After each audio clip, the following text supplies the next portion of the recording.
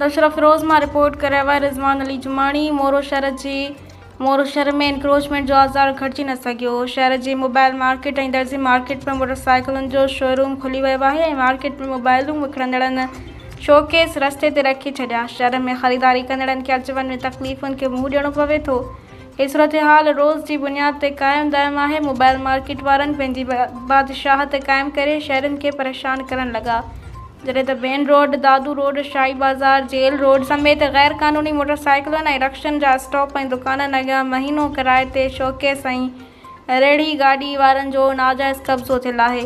जॾहिं त assistant commissioner मोरो म्यूनिसिपल कमेटी मोरो जी अमले सां गॾिजी राति जो 12 बजे शाही बाज़ार में ऐं ॿियनि इलाइक़नि मां हद दख़लियूं हटायूं त आहिनि, मगर सुबुह जे टाइम ते ड्यूटियुनि ते वेंदड़ सरकारी मुलाज़िम, स्कूलनि ॾांहुं वेंदड़ लेडी टीचर्स, शागिर्दियाणियूं ऐं सरकारी अस्पताल ॾांहुं वेंदड़ मरीज़ कलाकनि जा कलाक मार्केट तोड़े रोडनि ते दरबदर थियण लॻा, जिते न ट्रैफिक पुलिस आहे न ई म्यूनिसिपल कमेटी मोरो जो अमलो नज़र अचे थो।